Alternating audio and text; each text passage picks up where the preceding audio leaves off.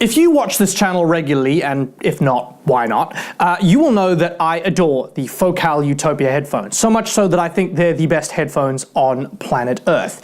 Now, up until recently, Focal has had kind of two main high-end headphone models. You've got the Utopia, which cost around $3.5 grand, and you've got the Ilia, which cost around $1 grand and are a kind of scaled-down version of the Utopia. And now, they've sent me the Clear, the Focal Clear. This is a $1,500 pair of headphones that acts as kind of the bridge between the Ilia and the Utopia. Now, normally I'm very suspicious about this kind of thing, this sort of incremental upgrade where Focal goes, we're going to release a new version that costs $500 more. I mean, it's the iPhone problem, you know what I'm talking about. So the question when I got these was, well, the first question was, can I have a look at them, because I love Focal headphones. The second question was, how do they actually differ from the Ilia? Well, the first major difference is they have slightly lower impedance of 55 ohms to the Ilia's 80 ohms, so they're slightly easier to drive. Same sensitivity, 104 dB. They've also got very similar drivers, aluminum magnesium drivers, 40 millimeter, same for the Ilia. So the differences, on the face of it are really quite minimal. So I was a little bit worried when I first put these on. I needn't have been. This is Focal.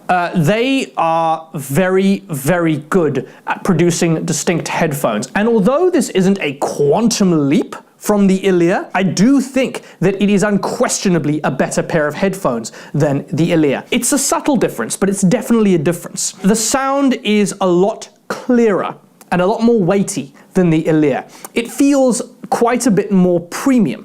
There's a little bit more detail in the high end, and on the lows I just felt there was a tiny bit more texture. I actually got a chance to test this on the full range of amplifiers, ranging from a shit full of two, a little $99 little DAC amp thing, to the thing this thing is setting on, which is a Goldman TLOS 2 $10,000 headphone amplifier. So really I got to see this through a bunch of different headphone amplifiers, a bunch of different equipment, and I genuinely thought it performed extremely well. Should you buy these over the Ilia? Yes, I think so. I think that while on the surface they don't seem to be a major upgrade, I think the sound is just superior enough that they are worth the extra money. If you have the Ilia, you're not going to want to buy these.